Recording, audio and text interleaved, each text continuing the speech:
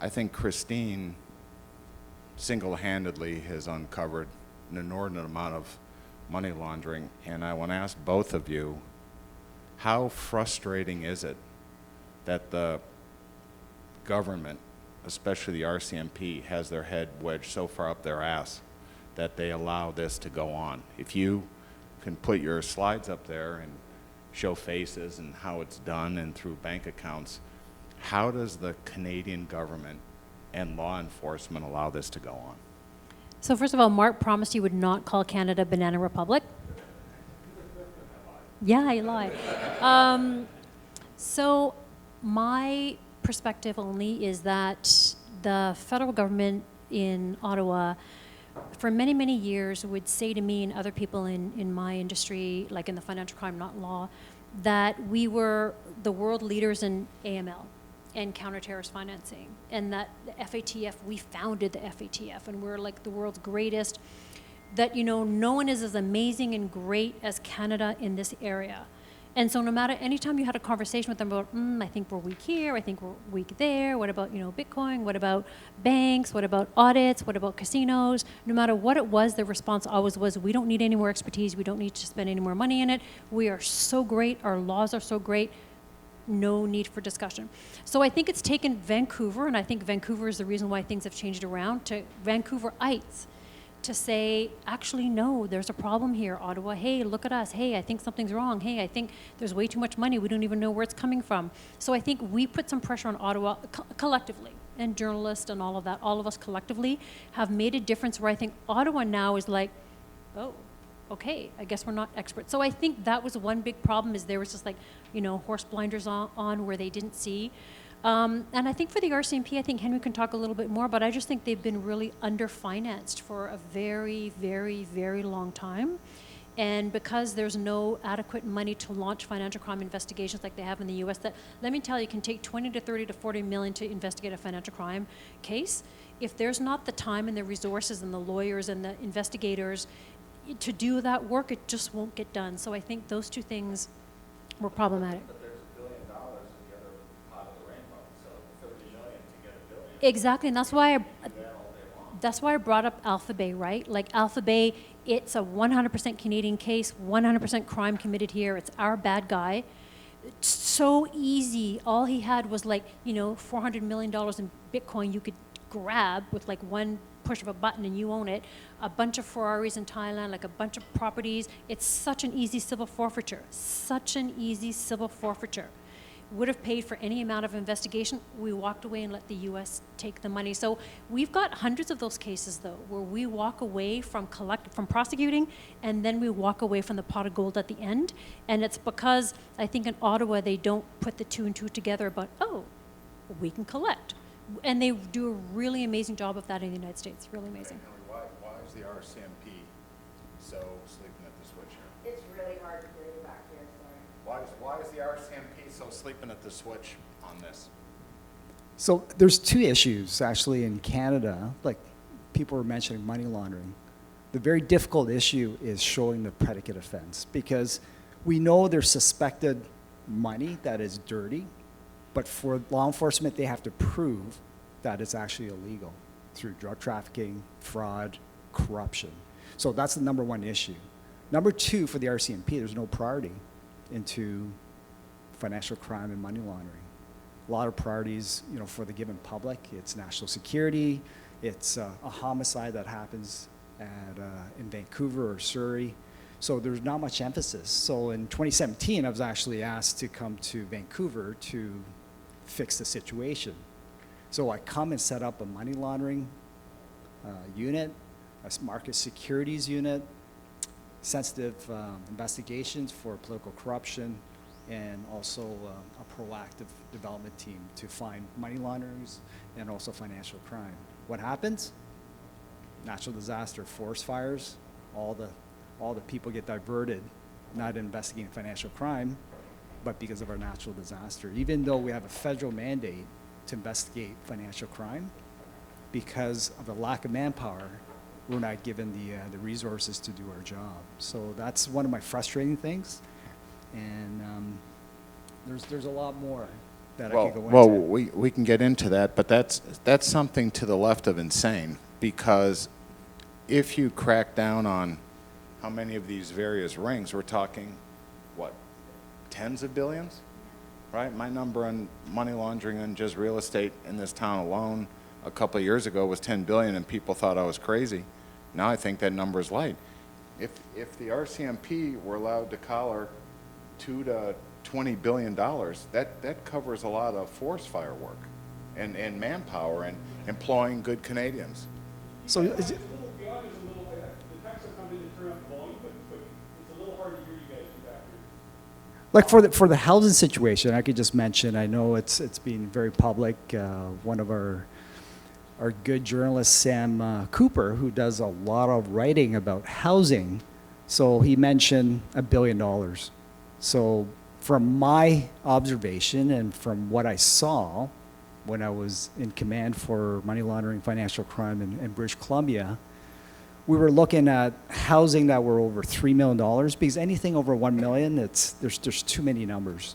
So anything over $3 million to about $33 million we looked at, about 10% of it was suspected criminals involved into the housing market. So that's it's a very good stat that Sam brought up, which it's alarming for sure, but we just didn't have the resources to go on. Yeah, we do have the intelligence on that. They about 60 to 70% it was drug trafficking, and the latter it was gambling and prostitution in these housing. So these are just to give you a foundational awareness and a situational awareness of what's happening in British Columbia. Yeah, you mentioned collaring. So I think it just really goes back to something really still needs to happen, I think, in Ottawa. The amount of money that they're allocating for the budget is nowhere near what you actually would need to make a dent in financial crime in this country, let alone in British Columbia. So I think there needs to be some sort of a different shift in the mandate on whether or not Canada wants to be a place where, you know, it's attractive for financial crime or not. And I think that they haven't come to a place in Ottawa yet where they've made the decision that perhaps we don't want to be that type of a country, and you know, hopefully it'll come soon. And then when I think it does come, then I think there might be some more money that flows from it for actually tackling these. But the UK did two really interesting things that I thought Canada could think about, and one was they introduced legislation for unexplained wealth.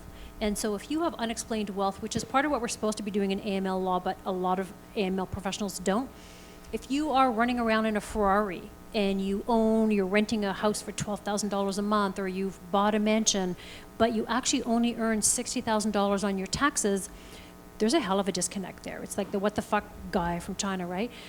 So, yeah, so, but literally though, so bank AML people are supposed to be saying, oh, it doesn't work that you have all of this income and money going through your bank account, and you have $1 million on an American Express bill every month, and you only earn $60,000 to $80,000. I'm going to de-risk you. I'm going to call you in for some questions, and I'm basically going to de-risk you, kick you out of the banking system. And if you lose your bank account at TD, suddenly BMO knows, suddenly RBC knows, suddenly you are fucked, if you don't mind me saying so, because you've been de-risked. And AML people share de-risking information sometimes, not always. So that doesn't happen in this country, but it sure happens in other countries, especially in the UK, where it's now legislation where if you cannot explain your unexplained wealth because it's not on your taxes, you haven't declared it anywhere, okay, you're going to be investigated, and you're going to have to come explain in front of a court of law where the heck you got this money from. So I think that's a really good move that we should emulate, would solve a huge amount of problems. And then the second thing they did in the UK is, because they were facing kind of similar problems we did, they farmed out to private law firms the right to collect proceeds of crime. So rather than leaving it to the RCMP to do civil forfeiture, they said to a bunch of law firms, you're good at this stuff, you investigate, you can collect, and you get to keep a certain percentage of whatever you collect from all these guys who we think have money they shouldn't have. Let me tell you, the law firms were super motivated, and they're collecting. So I think those are really good economic incentives for us to really change things around in Vancouver. I have a comment. About a year and a half ago, we had FinTrack come into our real estate office and talk to us about monitoring purchases a little bit more.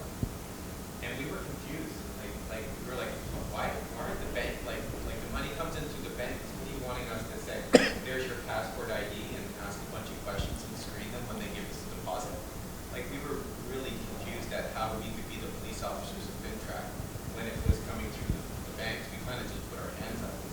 Well, some of the issues are the cash, like from drug trafficking. It doesn't go through the banking system. So even from illicit funds coming from China, that could be coming from underground banking. So I moved money, like $1 million of $100 bills. We weighed it, 22 pounds, right, for $100 bills. So $20 bills, like people are shoving $1 million in a trunk and getting it. So like I was trying to pull it. I said, how much does this weigh? It was $1 million. Anybody want to take a guess for $20 bills? How much it weighs? It's 110 pounds. We weighed it. $20 bills, 110 pounds. So a lot of that transaction is actually hidden. It's invisible. And we If we're not doing anything, and Canada still is sort of an open, why is the money slowing down? Why is the China money not coming if it's clear that we're not doing anything about it? So the Chinese government is not letting the money come in. Yeah, yeah. The government, not the people. The people still want to come to Vancouver. They still want their kids to go to St. George's or Crofton, and they still want for them to go to Harvard. And they tell me this. They statistically have figured out that their child's more likely to get into Harvard if they went to a Canadian high school in Vancouver. So Vancouver's the place they want to Especially be. if you pay off a coach. That'll get you in there. But can I answer the AML question you raised? So the law really, it sounds repetitive and a waste of resources, but the law actually is that even though a bank does AML, the casino needs to do the exact same. So if you go to a bank and get $100,000 out and you've been ID'd to death and it's legit and you literally earned it, you go into a casino, they need to do the exact same AML for you. Or if you take your $100,000 and buy a house, they need to do the exact same AML over you. So you are a police officer in that sense, and you are a gatekeeper. And so all of these gatekeepers are supposed to be doing the exact same vetting and the exact same reporting to FinTrack. Look, Christine bought a house. Look, she's a massive gambler. Look, she bought all this stuff. She bought a fancy car. So all of that reporting happens over and over again on purpose so that they can map it in and be like, oh, the propensity for her to be a money launderer is like whatever. So the non-gatekeeper, those lawyers, while we're supposed to be in the system by law, we got an exemption. So all of these gates are supposed to be closed and only open to let legit people through, but there's a big open hole for lawyers because that gatekeeper one is wide open. Well, here's the one thing that I'm just lost here. So the RCMP has data of all these bad actors and how they're acting bad and where the money's come from and going and this, that, and the other. But the RCMP is limited for budgetary reasons, right? They say, Henry, we can't do this because we don't have money. Is that correct? Well, one of the issues here in British Columbia is like there's a federal mandate, which is like they're just focused on money laundering as a big investigation, right? So a lot of the small stuff, it doesn't get investigated. So if you're not a MSB laundering money, then we're not investigating here in British Columbia for the federal mandate. So, But Sam Cooper, when he was here, used to write all these articles about this stuff, right? And you'd read them, and you'd go to somebody and say, we should investigate this, we should crack down on this, we should arrest this guy, and they'd say what? What would they say? well, a lot of time, there's just no expertise too. So number one, the expertise is not there because people get transferred. A lot of people just stay in a posting for a couple of years and then they get promoted. So a lot of time with the RCMP, there hasn't been any experts for many years because we did have an integrated proceeds of crime unit where there were specialists, but that was disbanded. So there was a main focus on proceeds of crime. Now there isn't. Well, Christine would be an expert, wouldn't she? Wouldn't she be considered an expert? I mean, the RCMP can just bring her in as a one-off. See, the thing where I just get lost with all this stuff is Sam Cooper's my friend. I've known him for a number of years. I've been a source of his, and we go back and forth. I talked to him about 3 weeks ago, and he says, you should be very, and he's being serious. He says, you should be very careful talking to me and what you say on my cell phone. I said, why? He says, because I have credible information that the RCMP is tapping my phone and is hacking my emails. And he's being serious. He's serious. And do you think the government really wants to crack down on this? Do you guys think the government really has the will and desire to stop this, or are they protecting lawyers, financial institutions, and are afraid if they stop the money laundering, the economy would go to shit? What's your thoughts on that? I got a couple comments with that. Well, first of all, like even today, I'm not sure if it's front page, but in the National Post and also Vancouver Sun, there's a whole piece on the RCMP. Not sure if you had a chance to read it. I read fish with that thing. So one of the solutions is because of federal policing, everybody's leaving, everybody's retiring, the demographics, because we could retire 20, 25 years and then we just move on, was to create for the financial crime and money laundering units is to have 50% of gun carrying officers to investigate and 50% of civilians now. So I made some comments. The RCMP will be probably not too pleased with my comments on the National Post because that is a paradigm shift because usually a police organization, it's basically investigated by 100% of peace officers. So it is a total paradigm shift, but the number one focus is not just the people investigating, but it's basically they should put parameters on results, and that's the big issue. There's no, it's almost in a private company, you guys have goals and objectives to get your bonuses. In policing right now, there isn't.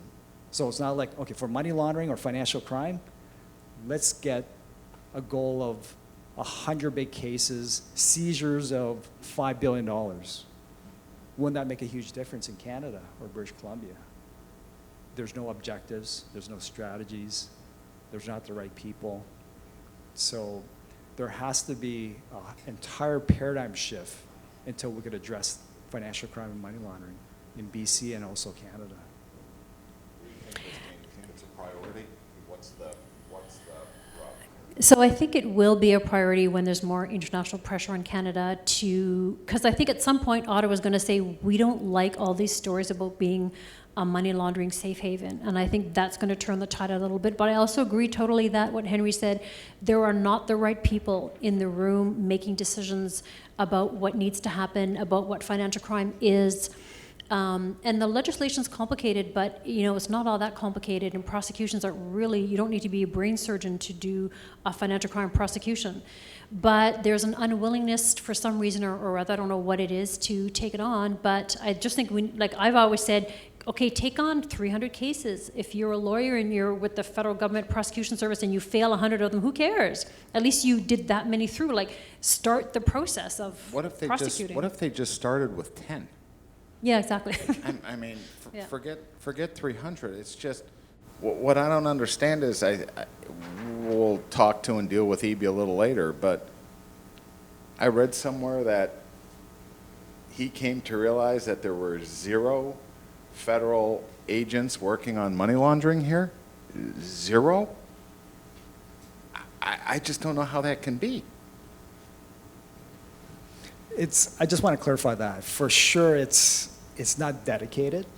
So there is investigations, but they're not dedicated money laundering experts. So they just do it case by case, and then they would just get a group of people to investigate a money laundering investigation. So, but there's after a guy shot a mule up in Yellowknife, he'll come down and do a money laundering case here?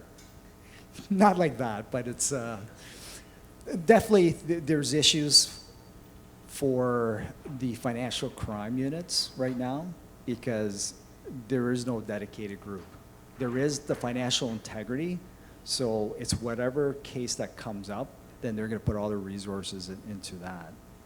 So if it has national significance, if it's going to have political significance, economic significance, then they would do a file. But I think they're missing a point where provincially there should be an enforcement unit that focuses on money laundering because it's completely different from British Columbia to, say, Manitoba or Saskatchewan or Ontario.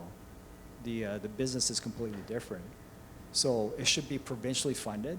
Right now, the money laundering, it's dictated federally from the RCMP. So the RCMP is a great organization still. It's like I'm very blessed of serving Canada. but there has to be more focus because it's affecting all markets. It's not just money laundering in real estate. No, it's not just that. It's the securities market. So the market enforcement unit too, where there's also money laundering too, which is not really publicized as much, but those are issues too, because money laundering could be from the manipulation of stocks and securities, and there's proceeds of crime from that. So we work closely with the FBI with regards to that, but that's where the focus has to be, like provincially, and BC should focus on their own and take care of themselves, like with regards to money laundering, financial crime, and there's no emphasis right now in the province of BC. How many cases could you refer right now to the RCMP? And what if my modified Cooper Commission proposal about EB seizing money launderers' homes and selling them and using the proceeds to help the area, what if there was a bounty? What if there was a referral where if you referred 15 billion of money laundering, you'd get 10% as bringing it to the government? Would that break the dam at all?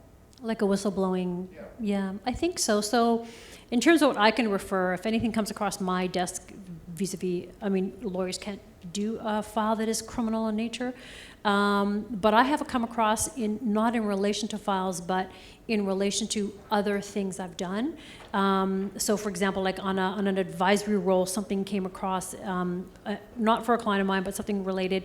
And one was a person that was wanted somewhere, and the other one was some movement of money involving organized crime. And both of the cases I thought were pretty important and pretty high profile and should have been referred, dealt with.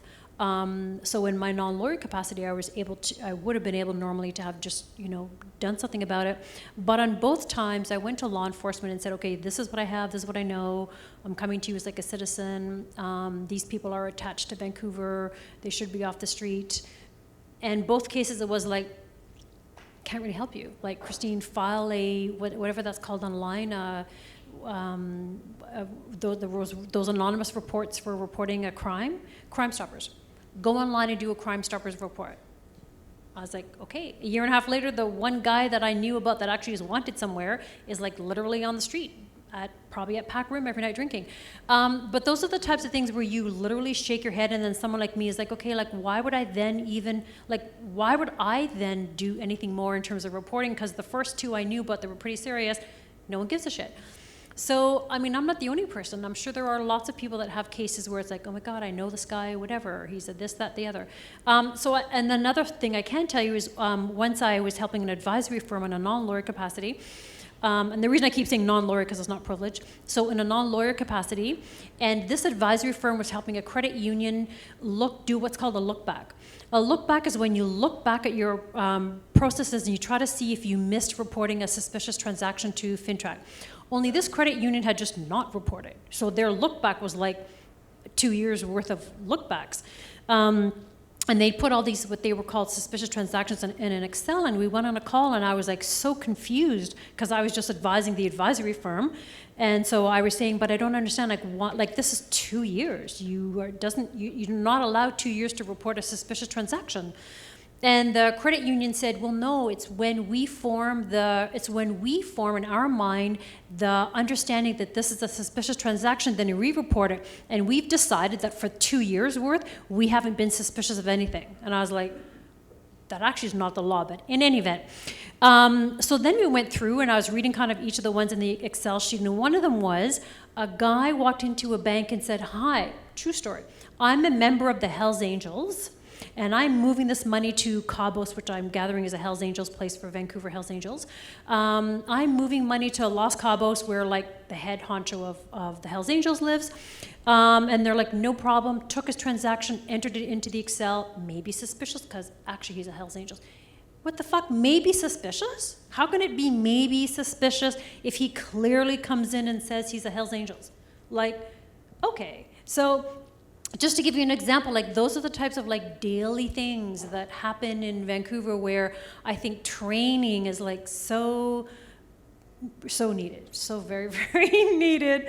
And so is expertise and like the whole thing from understanding the process of crime legislation to enforcement to prosecution to actually maybe incarcerating a couple of these people to actually then allowing the public a way to report if they understand that something is actually attached to real criminality. And I think it would make a difference in addition to whistleblowing legislation. Has anyone gotten thrown in the can from all this casino fallout here? No, there hasn't been. Has anyone been charged? No. So one of the issues is for the gambling side of it. So and also the organized crime. I was kind of hoping you'd say a maid got arrested for stealing $100 out of some guy's wallet when he was sleeping. I was hoping at least one in a row. So the RCMP, like the past 2 years, there's lots of effort to put money laundering, proceeds of crime charges. One of the big issues is from the prosecution side too. They don't want to do it. So there has to be, number one, priority given to public prosecutions, that's PPSC, and also the Attorney General provincially to actually prosecute this because they just want the easy way. It's like if you have a drug trafficker being charged with, say, precursor drugs coming into Canada, say 100 million of drugs. The guy pleads guilty on condition of withdrawing from the money laundering charges. And that's what happens usually because they don't want to put that effort into the prosecution side too. And where does the money go? Back to their own pockets. So it might go to civil forfeiture because you're not going to do it criminally. And then there's no effort from the investigators to actually investigate it because it's not going to be taken from the public prosecutions. So it's like you do have charges, the investigators don't want to do it because there's no priority from the federal government and also the provincial government from the prosecution side. Because you need a prosecutor to actually prosecute these criminal cases. Yeah, like want to do their job, right? Just to actually do their job. So, am I hearing this correctly? We have a talented lady with a foul mouth over here who is aware of all this money laundering, all of these bad actors, all these various forms of crime. This guy happens to be, or when he was working at the RCMP, he's the baddest lawman there ever was in this country. I mean, what he did in Toronto, at least in terms of securities fraud and cracking down, is legend. And the truth be told, he did his job at such a high level back there. He was embarrassing everyone else, so they moved him out here. He was working so hard, and he took his job so seriously that this fellow here is outstanding. But what you two are both saying is there's huge elements of crime and money laundering and bad things going on. And from what you're saying is there's a lack of will on the prosecution side to actually prosecute them, lack of resources from the RCMP side to investigate it. So really the whole conclusion is, from a financial crime standpoint, this province and this town it's basically lawlessness. I mean, you can basically do whatever the fuck you want. I mean, am I missing something? Well, except that, this is going to sound really weird, but people that are criminals in the white-collar crime world don't like to wreck their own backyard. So we're not lawless because they may be financially crime lawless, but it doesn't necessarily lead to other more violent crimes. Okay, yeah. I'd have to say, yeah. It's hard to comment on that, Mark. That's why we're throwing fastballs here. Just for the people in the audience, I mean, if you can just wrap this is why houses are between 4 and 40 million with people making $60,000. I mean, that to me is the root of the problem. And I think with EP, he's not getting a free pass from me today. And I think that's where I think this thing is going to tip. It's either going to tip straight up right, and it's going to get fixed, or it's going to tip into the sea. Because this is crazy. Well, definitely for myself, from a financial crime professional, there has to be more emphasis. Like right now in British Columbia and actually Canada, there is no emphasis. If there was more emphasis, there'd be a step up in resources, because the people I had was responsible for all of British Columbia for financial crime.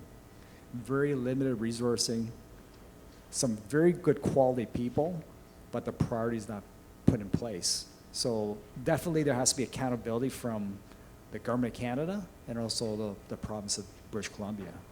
So the issue is, it's like for money laundering, I know some people made some comments about why is the guy happy from selling a car or maybe a house that lost money.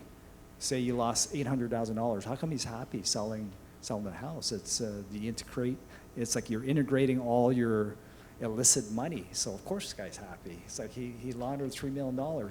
So I don't know about that particular situation, but a lot of times they take losses. It could be an investment of 20% loss. Why would somebody invest something and lose 20%?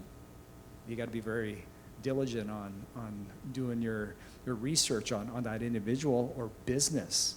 If they're out there to invest to lose money, it's common sense, right? It's like, why would they do that? Like, every investor wants to make money. But you look at housing, you look at investments. So those are the cues. And one of the biggest points is where I see for the highest risk, actually Christine mentioned it, is correspondent banks. That's where I see 80% of the risk from my expertise in looking at money laundering. Those are the highest risks, is when all the money transfers to a correspondent bank and under the small, medium enterprises. Those are the biggest factors that we should focus on, which unfortunately law enforcement hasn't and the regulatory bodies haven't, because even the tax authorities, CRA, they're happy, because if you have a company that has $100 million in revenue and cost of goods sold are the same, why would they increase a revenue of $100 million to 200 with cost of goods sold as the same? Tax authorities are happy with the increase of revenue from 100 million. CRA goes, hey, we're not going to touch this. We're getting like a lot of tax money. So these go under the radar, these small, medium enterprises, which are, a lot of them are fraudulently open. And it's like they mix and commingle from legal businesses. So these are the areas that you got to focus on. Law enforcement has to focus on. Regulatory bodies have to focus on. The securities commissions. And there's a gap right there, because for Canada, very, very high risks in these SMEs. Well, Ben gave us 38 seconds left for questions. Anyone have any questions? Can you talk about how complicit or how involved the Canadian banks are in the financial crimes that go on? U.S. banks spend billions and billions of dollars on AML compliance, and the Canadian banks are criminal and on paper, so they pop over like that. You walk into a U.S. bank, deposit $9,900, now they're being arrested. Here, you walk into a bank, it's like deposits $50,000, and get leverage on it. Everyone hears the question? The question is basically how monitored are these Canadian banks for anti-money laundering laws? In the U.S., you did the same shit, you get arrested, and here it's anything goes. That's sort of close. I think it's a bit of a complicated answer, many faceted. So the banks do spend a lot of money on AML, but they spend a lot of money on accounting firms, and they spend a lot of money doing their risk assessments and all of that stuff. But I don't think it's enough, and I don't think it's in the right area. So the U.S. does it entirely differently. They're really afraid of being prosecuted, afraid of paying fines, afraid of even the correspondent banks coming after them. They're afraid of the New York Department of Finance, which regulates a large part of American banks.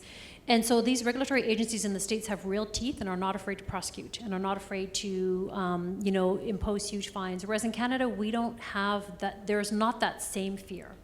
So if you talk to a US bank or any other bank around the world, they are petrified of the US government.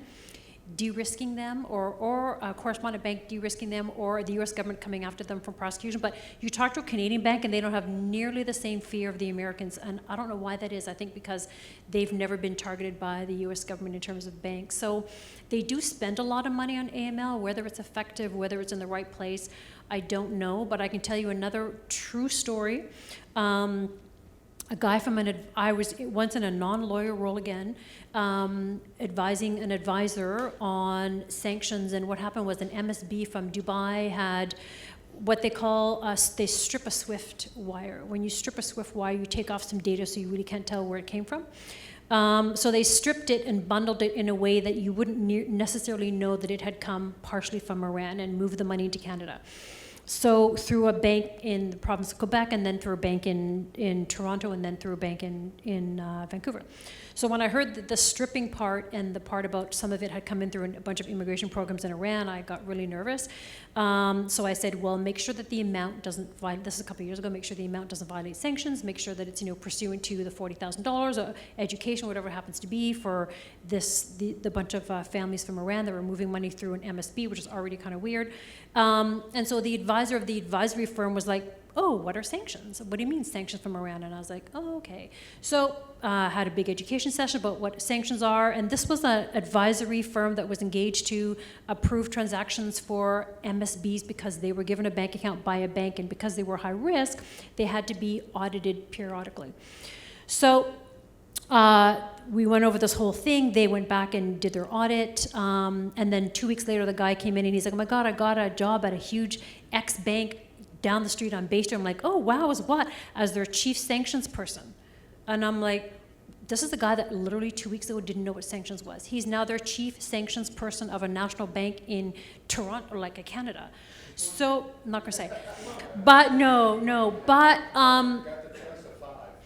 but like that's an example where like my reaction was like, holy cow, how can such a guy who didn't know there was a thing there that the Special Economic Sanctions Act applies, like, or Measures Act applies, like didn't know how, like just a big how, what the fuck.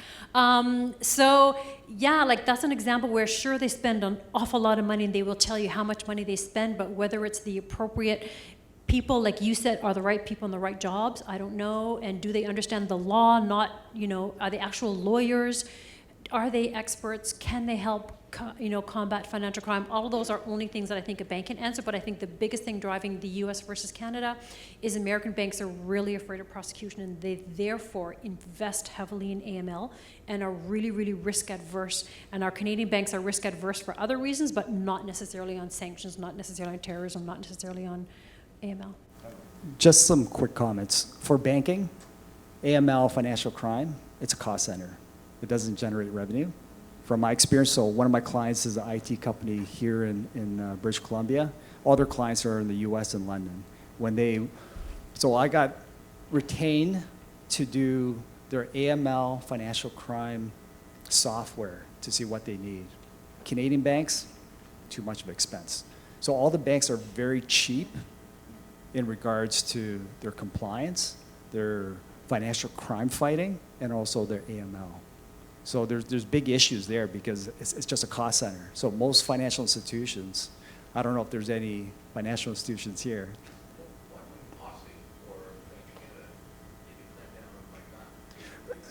But the banks just do the bare minimum, right? So the main focus is on KYC. So if they have, honestly, if they spent more money on KYC and do their due diligence, you won't have money laundering.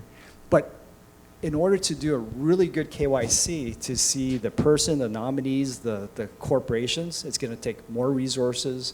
It's going to cost more money to register a client. They're just going to go the bare minimum and satisfy the regulatory laws, and that's all. And then it's like, but the thing is, the social economic expenses for society, $1 being money laundered is about $3. And in the financial institutions, you saw HSBC and others, J.P. Morgan with the pyramid schemes. So it's like $60 billion laundered. They get sanctioned $2 billion for Madoff. It's just cost of doing business. So they don't want to really stop the money flow coming because they're making money on investments. It's the flow of money. They can use the money for a lot of reasons. So it's an expense unit where a lot of people don't want to put a lot of money into it. They're going to put more money into investment banking for sure. So they're going to do the bare minimum and satisfy all the laws of Canada and the U.S. And my deal would be whoever knows him, just tell him I mentioned him. But I think this all falls on Morneau because his sole job is making the banks happy and keeping the banks out of so-called trouble. So if he wanted to crack down on it, if he wanted to crack down on the AML and the know your customer stuff, I think it would happen in days. But I just don't think that lowlife wants it to happen. Well, he's clueless. He's more concerned about dragging Warren Buffett's ass in to bail out that failed home cap, right, and making an example of them and running the banks properly. He's more concerned about the optics than he is about good governance and anti-money laundering and criminal activity. So how about a round of applause for these two? And for Marc, too. Thank you, Marc.